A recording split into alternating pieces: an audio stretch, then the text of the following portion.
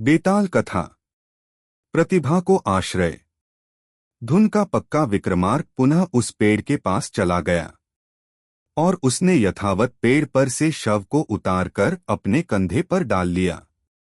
फिर निर्भीक होकर श्मशान की ओर चल पड़ा। तब शव के अंदर छिपे बेताल ने कहा, राजन, आपका संकल्प और साहस अदम्य है। कठोर से कठोर परिश्रम करने की आप में अद्भुत शक्ति है और ऊंचे से ऊंचे लक्ष्य को साधने के लिए अपेक्षित धैर्य और सामर्थ्य है। संसार में आप जैसा व्यक्ति बिरला ही होगा, लेकिन आप जिस प्रकार अपनी शक्ति और सामर्थ्य का उपयोग कर रहे हैं वह निरर्थक लग रहा है।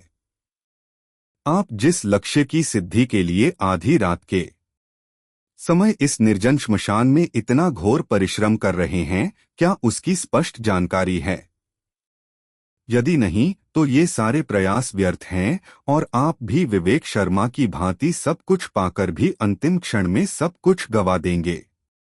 आपको सचेत करने के लिए उसकी कहानी सुनाता हूं। इससे मार्ग की थकावट भी दूर हो जाएगी। इतना कहकर बेताल कहानी सुनाने लगा है। साहित्यपुर में विवेक शर्मा नाम का एक कवि रहता था। उसने बहुत से काव्य ग्रंथों की रचना की। उसकी काव्यकृतियों में एक महाकवि की सभी विशेषताएं विद्यमान थीं।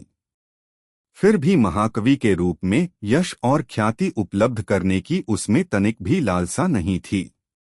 वह तो इतना ही चाहता था कि उसके काव्य को अधिक से अधिक लोग पढ़ें और उससे प्रेरणा लेकर समाज और देश के लिए कुछ करें। लेकिन ऐसा नहीं हो सका। उसकी कृतियां आम जनता तक नहीं पहुंच पाई। सामान्य जनों तक तुम्हारी रचनाएं पहुंचें, इसके लिए इनका प्रचार आवश्यक है। प्रचार के लिए आवश्यक है कि तुम किसी साहित्य प्रेमी सेठ की शरण में जाओ। उसकी सहायता से एक विराट साहित्य सम्मेलन का आयोजन करो जिसमें राष्ट्रीय स्तर पर तुम्हारा सम्मान किया जाए। तुम्हारे काव्य की श्रेष्ठता पर समीक्षक अपने विचार व्यक्त करें। समाचार पत्रों में तुम्हारे चित्र के साथ भेंट वार्ता प्रकाशित हो। तब जाकर सामान्य लोगों में तुम्हारी कृतियों के प्रति जिज्ञासा उत्पन्न होगी। विवेक शर्मा के एक शुभ चिंतक मित्र ने उसे परामर्श दिया, लेकिन विवेक शर्मा के विचार भिन्न थे। उन्होंने कहा, मेरे प्रचार के बिना ही मेरे काव्य की श्रेष्ठता लोगों को मालूम हो जाए तब मुझे संतोष होगा। श्रेष्ठ काव्य की ख्याति सूर्य की किरणों की भांति स्वयं फैलनी चाहिए। तुम्हारे बताए मार्ग पर चलना मेरे सिद्धांत के विरुद्ध है। इसी बीच राजा प्रगल्भ वर्मा ने देश भर में यह घोषणा करवाई कि यद्यपि वे स्वयं महाकवि हैं, फिर भी वे किसी अन्य प्रतिभाशाली कवि के साथ मिलकर एक महाकाव्य की रचना करना चाहते हैं। जिस कवि को इस सहसृजन के लिए चुना जाएगा उसका राष्ट्रीय स्तर पर सम्मान और प्रचार किया जाएगा। विवेक शर्मा के मित्र ने इस घोषणा को सुनने के बाद उससे फिर कहा, यह तुम्हारे लिए स्वर्ण अवसर है। किसी भी कवि या कलाकार की पहचान के लिए राजा का आश्रय अनिवार्य है।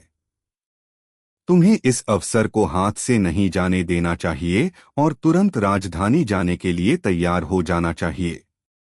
अपने मित्र के प्रोत्साहन और प्रेरणा से विवेक शर्मा राजधानी जाकर राजा से मिला। राजा ने कुछ अपनी रचनाएं विवेक शर्मा को दीं और उससे कुछ उसकी कृतियां स्वयं पढ़ने के लिए लीं और कहा, मैं आपकी रचनाओं का अध्ययन कर अपना विचार दूंगा और आप भी मेरी कविताओं की समीक्षा कर अपना मत मुझे बताइए। 1 सप्ताह के बाद अपने अपने विचारों का आदान प्रदान करने के लिए हम लोग फिर मिलेंगे। राजा के अतिथि भवन में कवि विवेक शर्मा के ठहरने की व्यवस्था कर दी गई। उसी अतिथि भवन में कुछ अन्य कवि भी ठहरे हुए थे जो राजा के साथ काव्य सृजन करने की प्रत्याशा लेकर आए थे। विवेक शर्मा ने राजा की कृतियों को एक ही दिन में पढ़ लिया। अन्य दिनों में अन्य कवियों के साथ बात कर उनकी काव्य प्रतिभा को परखता रहा। उन कवियों से बातचीत करने के बाद विवेक शर्मा ने उनसे कहा, आप सबकी कविताओं के भाव और उनमें अंतर्निहित ज्ञान अद्भुत है, परंतु भाव के अनुकूल भाषा शैली में परिपक्वता नहीं है और अभिव्यंजना में चमत्कार का अभाव है। काव्य की आत्मा के अनुकूल सुंदर कलेवर न विवेक शर्मा के एक शुभ चिंतक मित्र ने उसे परामर्श दिया, लेकिन विवेक शर्मा के विचार भिन्न थे। उन्होंने कहा, मेरे प्रचार के बिना ही मेरे काव्य की श्रेष्ठता लोगों को मालूम हो जाए, तब मुझे संतोष होगा। श्रेष्ठ काव्य की ख्याति सूर्य की किरणों की भांति स्वयं फैलनी चाहिए। तुम्हारे बताए मार्ग पर चलना मेरे सिद्धांत के विरुद्ध है। इसी बीच राजा प्रगल्भ वर्मा ने देश भर में यह घोषणा करवाई कि यद्यपि वे स्वयं महाकवि हैं, फिर भी वे किसी अन्य प्रतिभाशाली कवि के साथ मिलकर एक महाकाव्य की रचना करना चाहते हैं। जिस कवि को इस सहसृजन के लिए चुना जाएगा, उसका राष्ट्रीय स्तर पर सम्मान और प्रचार किया जाएगा। हो तो कविता निखर नहीं पाती, जैसे चित्रों में राजा का प्रभाव दिखाई नहीं पड़ता। इस योग्यता को पाना हो तो कुछ दिनों तक और गुरु की छत्रछाया में काव्य साधना करनी होगी। उन कवियों को विवेक शर्मा द्वारा की गई अपनी आलोचना से कोई आश्चर्य या दुख नहीं हुआ, मानो उन्हें अपने विषय में पहले से जानकारी थी। पर वे विवेक शर्मा की काव्य संबंधी सूक्ष्म दृष्टि से प्रभावित अवश्य हुए। उनमें से एक ने कवि शर्मा से कहा, आप द्वारा वर्णित महाकवि की सभी विशिष्टताएं हमारे गुरुदेव में विद्यमान हैं, परंतु वे स्वयं यहाँ नहीं आए, हम लोगों को भेज दिया। कितना अच्छा होता यदि आपके गुरुदेव स्वयं आते। हमारे राजा किसी प्रतिभावान महाकवि के साथ एक महाकाव्य का प्रणयन करना चाहते हैं। इसमें आपके गुरुदेव जैसे महाकवि के सहयोग की अपेक्षा थी। विवेक शर्मा को इस बात पर आश्चर्य हुआ कि इन कवियों के गुरुदेव ने राजा की घोषणा पर स्वयं न आकर अपने अधकचरे अयोग्य शिष्यों को भेज दिया। यह तो उनकी घोषणा मात्र है, वास्तविकता कुछ और है। वास्तविक स्थिति को भांप कर ही हमारे गुरुदेव नहीं आए। लगता है राजा के विषय में आपको पूरी जानकारी नहीं है, एक कवि ने कहा। उन कवियों ने राजा के विषय में कुछ ऐसी अंतरंग बातें बताईं जो विवेक शर्मा के लिए बिल्कुल नई थीं और जिन्हें सुनकर राजा के प्रति उसकी आदर भावना को आघात लगा। उन कवियों ने बताया कि प्रगल्भ वर्मा स्वयं बहुत हो तो कविता निखर नहीं पाती, जैसे चित्रों में राजा का प्रभाव दिखाई नहीं पड़ता। इस योग्यता को पाना हो तो कुछ दिनों तक और गुरु की छत्रछाया में काव्य साधना करनी होगी। उन कवियों को विवेक शर्मा द्वारा की गई अपनी आलोचना से कोई आश्चर्य या दुख नहीं हुआ, मानो उन्हें अपने विषय में पहले से जानकारी थी। पर वे विवेक शर्मा की काव्य संबंधी सूक्ष्म दृष्टि से प्रभावित अवश्य हुए। उनमें से एक ने कवि शर्मा से कहा, आप द्वारा वर्णी की सभी विशिष्टताएं हमारे गुरुदेव में वे स्वयं यहाँ नहीं आए, हम लोग। कितना अच्छा होता यदि आपके गुरुदेव स्वयं आते। हमारे राजा किसी प्रतिभावान महाकवि के साथ एक महाकाव्य का प्रणयन करना उच्च कोटि का कवि नहीं है, लेकिन उसमें महाकवि के रूप में ख्याति की लालसा बहुत है। वह छात्र जीवन में परिश्रमी बहुत था, लेकिन जन्मजात प्रतिभा का अभाव था।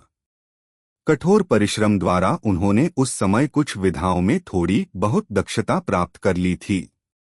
युवराज होने के कारण उसे थोड़ी सी सफलता पर ही बहुत प्रशंसा और प्रोत्साहन मिलता, जिससे वह अपने को काव्य की हर विधा में असाधारण रूप से निष्णात मानने लगा। जब वह साहित्य गोष्ठियों में अन्य महान कवियों से मिला, तब उसे अपनी वास्तविक सीमित ज्ञान का आभास हुआ और वह यह समझ गया कि महाकवि की योग्यता से वह कोसों दूर है।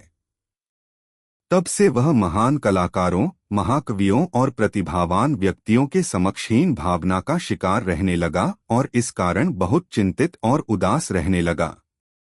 जब वह राजा बन गया, तब उसके महामंत्री ने इस चिंता से मुक्त होने के लिए यह परामर्श दिया, अभी राज्य में शांति है और कोई समस्या नहीं रहने के कारण योग्य व्यक्तियों की आवश्यकता नहीं है।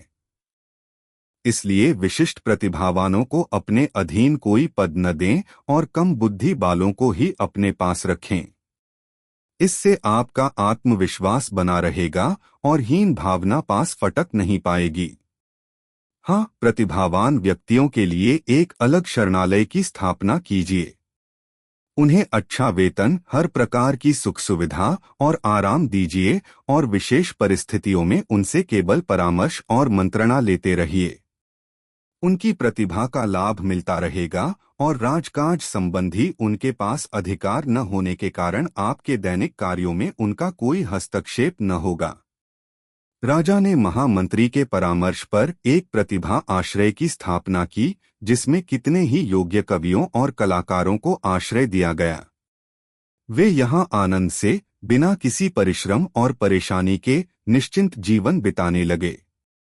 यद्यपि आश्रय में प्रतिभाओं की कमी न थी, फिर भी प्रजा यह समझती थी कि उन्हें उन प्रतिभाओं का लाभ नहीं मिल रहा है। इसलिए प्रजा के मन में उनके लिए आदर भाव नहीं था।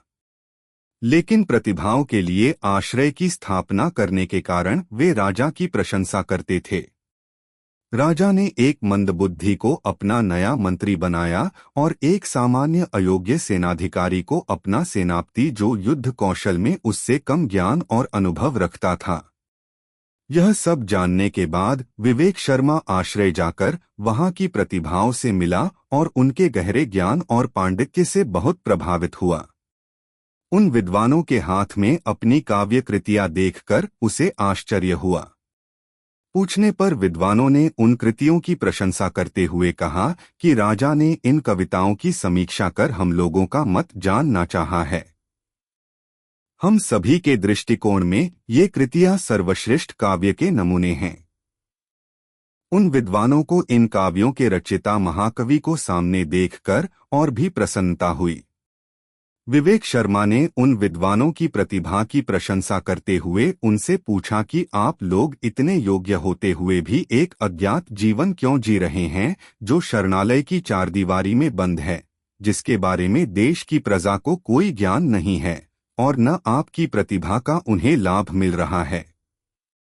इसके उत्तर में उन महाकवियों और पंडितों ने पहला कारण यह बताया कि यहाँ केवल पंडितों, विद्वानों, साहित्यकारों और कलाकारों को ही स्थान मिलने के कारण उनकी संगति में रहने का अवसर मिलता है।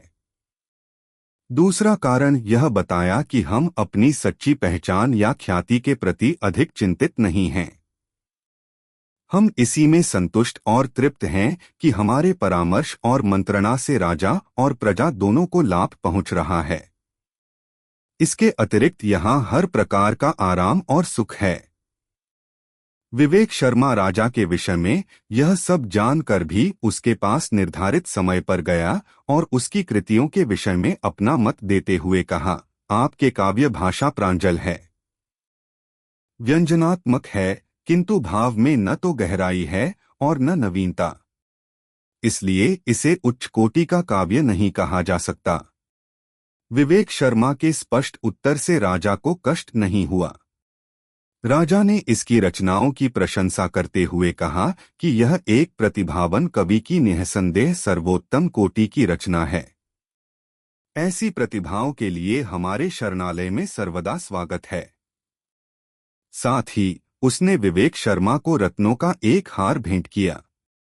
लेकिन विवेक शर्मा ने राजा का यह प्रस्ताव ठुकराकर शरणालय में रहने से इनकार कर दिया, क्योंकि तब तक उसे यह ज्ञात हो चुका था कि राजा ने उन 4 अयोग्य कवियों के साथ काव्य रचना का निर्णय पहले ही ले लिया है। शरणालय में सिर्फ आराम से सुख सुविधाओं के बीच में रहना मात्र उसे अच्छा नहीं लगा।